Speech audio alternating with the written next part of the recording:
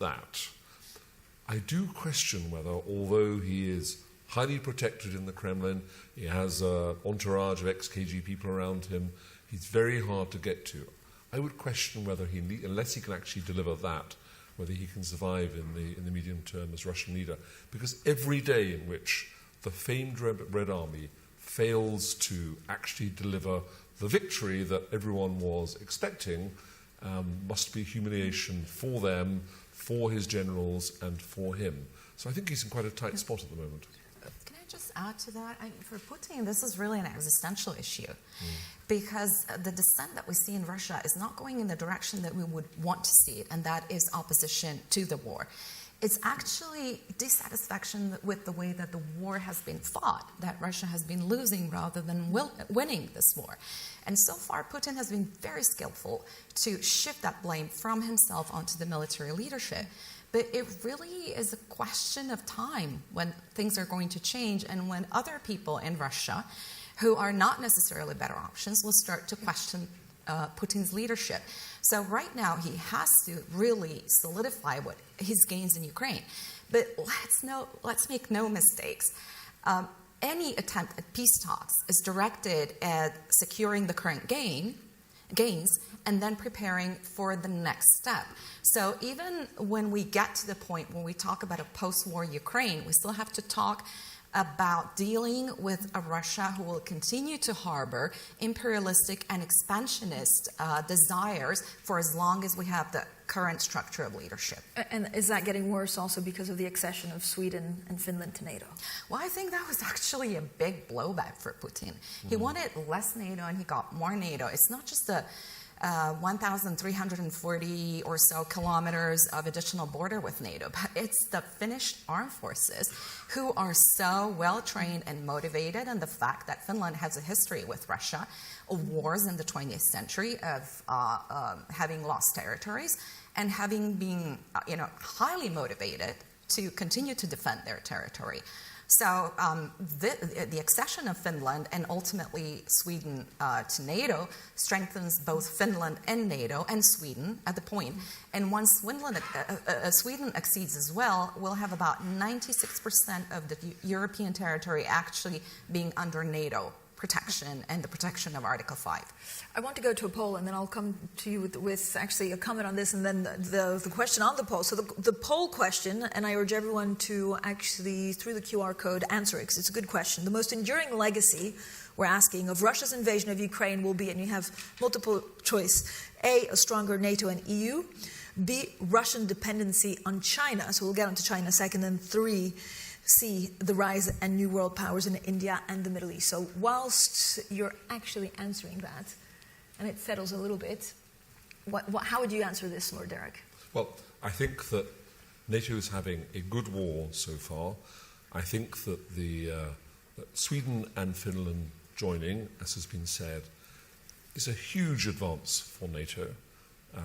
Really, really significant, and something Putin cannot possibly have calculated for when he launched this. So that is really important. And NATO so far has stayed really solid on all this. It's been very well led, I think, by Jens Stoltenberg. On the question, though, Russian dependency on China is also very interesting because Russia is deeply dependent now on Chinese support for them in this war. I don't think the Chinese are supplying significant levels of military equipment yet. They might still, but all of the political support in the UN and internationally has been very important.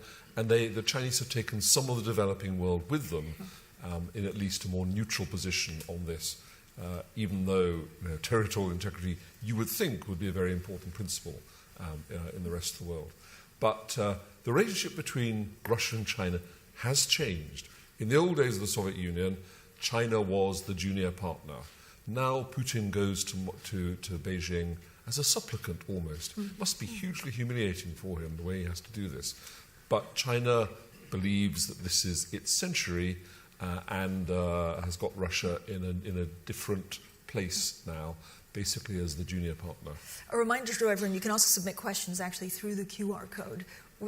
So we know that this is not the way that Vladimir Putin thought the war would go, but what are we underestimating him on? What are we underestimating? Vladimir Putin on? Well, I think we are... The thing about Putin, and actually if you look at Russian history, the thing that they have a tradition of, is he's prepared for the long haul.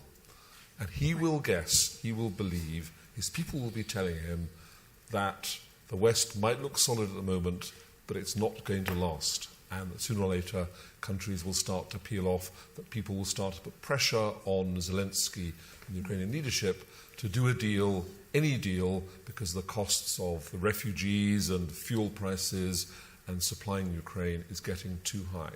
So don't let's think that Putin wouldn't be prepared to do this for years and take whatever casualties, because the Russians are taking much, much higher casualties than the Ukrainians are necessary eventually to win. This guy, if he can stay in power, can really try to outlast us.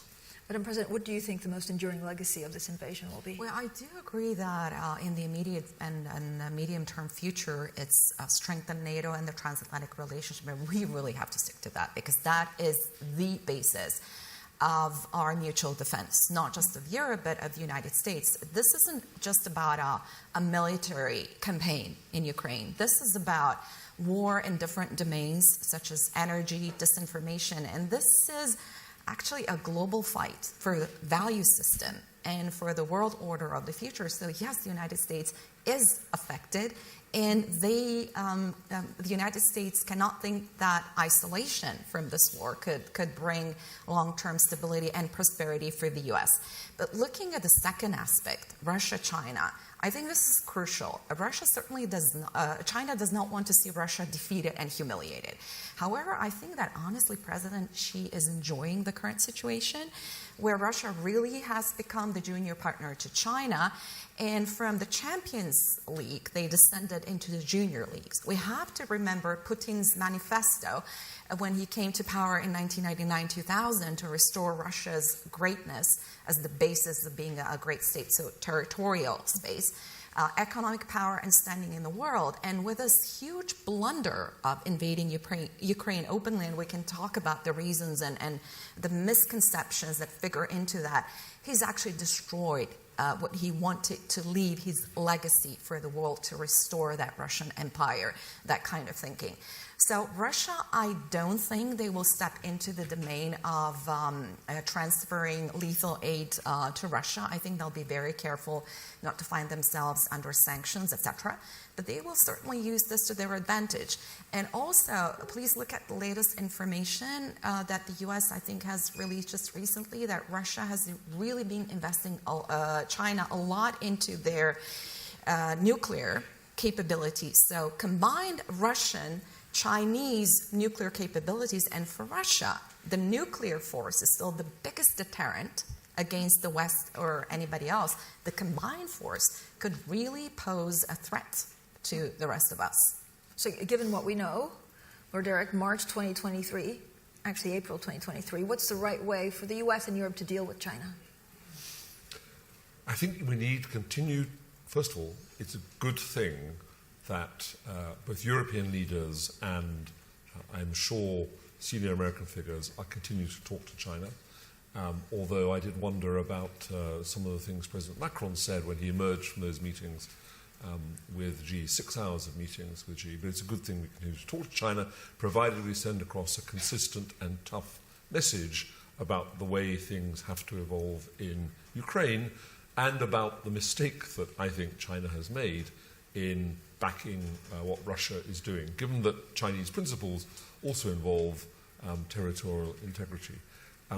Where we get to by 23, which would be a relative success, I think, would be if China has not started supplying any significant quantities of weaponry to Russia, if China has continued to say that there must be no thought of any conceivable use of nuclear weapons of any time, and if they are still in a relatively neutral position, what they claim their public position is on the whole thing, and if by then Ukraine has captured a significant amount of territory back from Russia, and we're starting to get to a position where it's possible to imagine some sort of diplomatic process starting up. Madam President, how do you think we should deal with China? Well, there are certainly areas where we have to talk to China. One of them being, for instance, climate change. And, thinking about the immediate threats to our security in Europe because of this war, we cannot forget that climate change continues, and that, to me, is one of the weapons of mass destruction. So that is certainly one of the areas where we have to talk about. Now, looking at